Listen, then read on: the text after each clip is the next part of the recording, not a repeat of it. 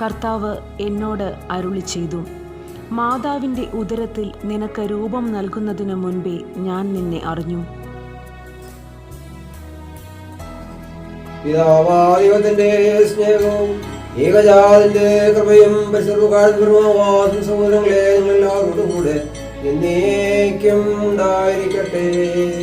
ആമേൻ.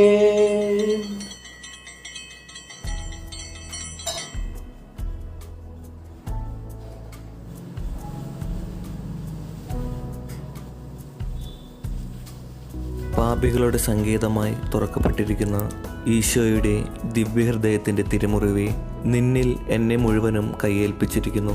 കർത്താവെ, എനിക്ക് നേരിടുന്നതും നേരിടാനിരിക്കുന്നതുമായ സകല ദുരിതങ്ങളും, അപമാനം, ശരീരപീഡകൾ ആദിയായ സകല വിഷമങ്ങളും ഒന്നായി അങ്ങേ പാടുകളോട് ചേർത്തുകൊണ്ടും അങ്ങേ സ്നേഹത്തെ പ്രതി സഹിച്ചുകൊണ്ടും കാഴ്ചവെക്കുന്നതിനെ ദയവായി കൈക്കൊള്ളണമേ.